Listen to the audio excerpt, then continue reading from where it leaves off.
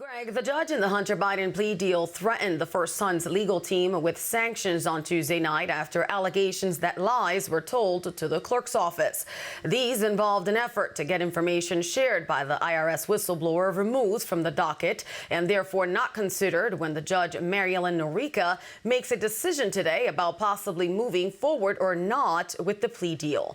Judge Norica gave the Biden legal team until 9 p.m. Tuesday night to explain why one of its lawyers appeared to call the clerk's office, misrepresenting themselves as an attorney on the other side, asking that the whistleblower evidence be removed from the docket. The filing was submitted by House Ways and Means Committee Chairman Republican Congressman Jason Smith of Missouri, claiming Hunter Biden's plea deal was too lenient. According to Fox News, the caller asked that the material be taken down because it allegedly contains sensitive grand jury, taxpayer, and security information.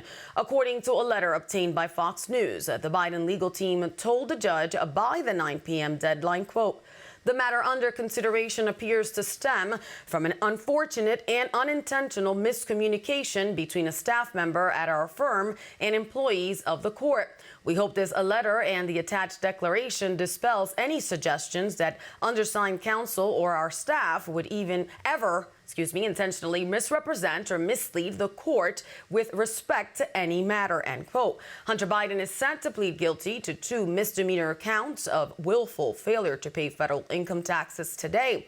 Court proceedings were in recess at last report. Fox News reports the judge asked prosecution if there is an ongoing investigation into Hunter Biden, and the answer was yes. It is speculated the judge may not move forward with the plea if it gets Hunter off other potential charges. Tim? Fior, during a town hall on Fox News last night, Democrat Robert F. Kennedy Jr. called out the Biden White House for poor decision-making, but the candidate for president stopped short of calling Joe Biden unfit to serve as commander-in-chief. What I've tried to do during this campaign is avoid personal attacks on people. I will say, whether he's up to it or not, whether he's making his own decisions, the decisions that are coming out of the White House are bad decisions. On Fox News this past Sunday, Kennedy did say he thinks there needs to be a real investigation into the Biden family's finances. Iowa Senator Chuck Grassley is calling out the FBI about why it redacted major portions of the unclassified FD 1023 form. Grassley released where a confidential human source accused Joe and Hunter Biden of accepting a bribe from a Ukrainian businessman. Grassley released the 1023 to the public last week. That version redacted references to the alleged audio recordings between then Vice President Biden, Hunter Biden, and the foreign national. It also redacted references to text messages and financial records that allegedly existed to prove the criminal act was done. The Republican has vowed to investigate further.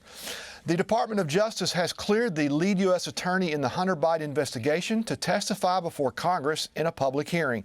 The decision was reportedly shared in a letter to House Judiciary Committee Chairman Jim Jordan on Monday. U.S. Attorney for Delaware David Weiss will be made available in August for questioning shortly after Congress returns from summer break.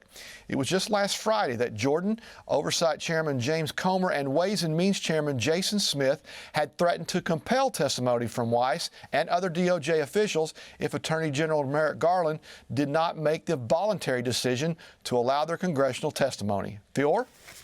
Tim, a new report from the Washington Examiner reveals a lawyer who worked in the Delaware U.S. Attorney's office during the Hunter Biden tax fraud investigation had strong ties to the Bidens for years. Alexander Mackler was the former deputy counsel to then Vice President Joe Biden and also served as an assistant United States Attorney of Delaware, alongside Assistant U.S. Attorney Leslie Wolf, who worked on the criminal probe into Hunter Biden and allegedly prevented investigators from asking about, quote, quote, the big guy. Mackler's work with Joe Biden began as his Senate press secretary, as well as on the Biden-Harris transition team in 2020. The Examiner's report also notes Mackler, quote, appeared to have a close personal relationship with Hunter Biden. And days after Mackler started working for the U.S. Attorney's Office, he was still working with the Bidens, according to Hunter Biden's emails, a 2018 one said. Quote, I just finished a hellacious couple months in court. Now that I have a chance to breathe, was wondering how life is on your end. Last you told me you were out in L.A. Give me a call sometime. We can catch up. Love you, brother, end quote. Hiring former Joe Biden staffer Alexander Mackler and revelations of close interactions with Hunter and his business associates is likely to generate more investigations of David Weiss, Leslie Wolf, and Mackler by the House Oversight Committee. Greg? All right, let's talk with the nationally syndicated columnist, author, and Victory News contributor, Star Parker. Star, welcome back to Victory News.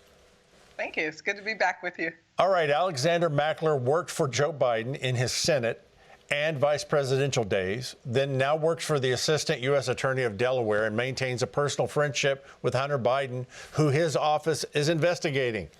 Anything wrong here? Your reaction to this?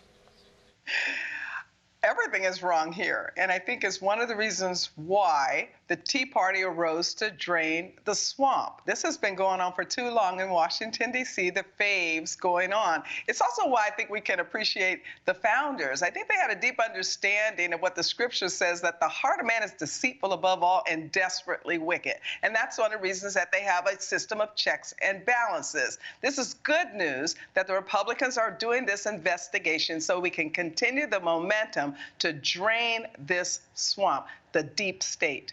Yeah, I agree with you. Now, Hunter Biden is in Wilmington, Delaware court right now. He's expected to plead guilty to 2 tax charges, a separate gun charge. Should this have taken multiple years? And do you think he will receive the sentencing that you or I would receive for the same lawbreaking?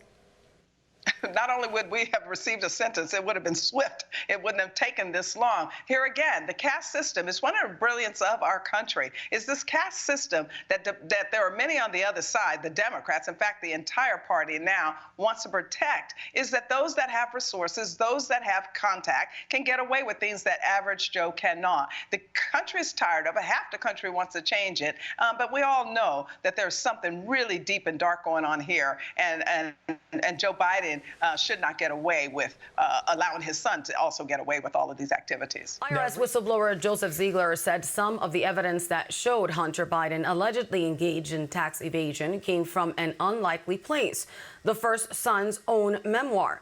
Ziegler told Just the News Monday when questionable business tax deductions appeared on the young Biden's tax returns information, his book, Beautiful Things, revealed them to be personal choices, not corporate benefits. Almost the biggest component of this that I don't think that the general public understands.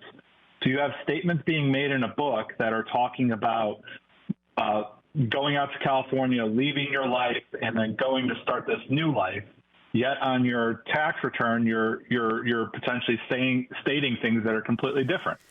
Ziegler called Hunter out for willful income tax evasion. In an everyday, ordinary case, if someone goes around the normal means that they have set up to allow them to have tax compliance, they're going around that normal means and using another mechanism to essentially avoid paying their taxes. That's an item that would go into willfulness.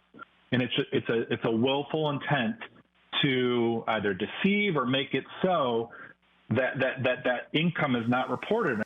Ziegler and his fellow whistleblower IRS supervisory agent Gary Shapley are gathering more documents and have vowed to hand them over to Congress, including additional WhatsApp messages, which Congress will vote on before they are released to the public.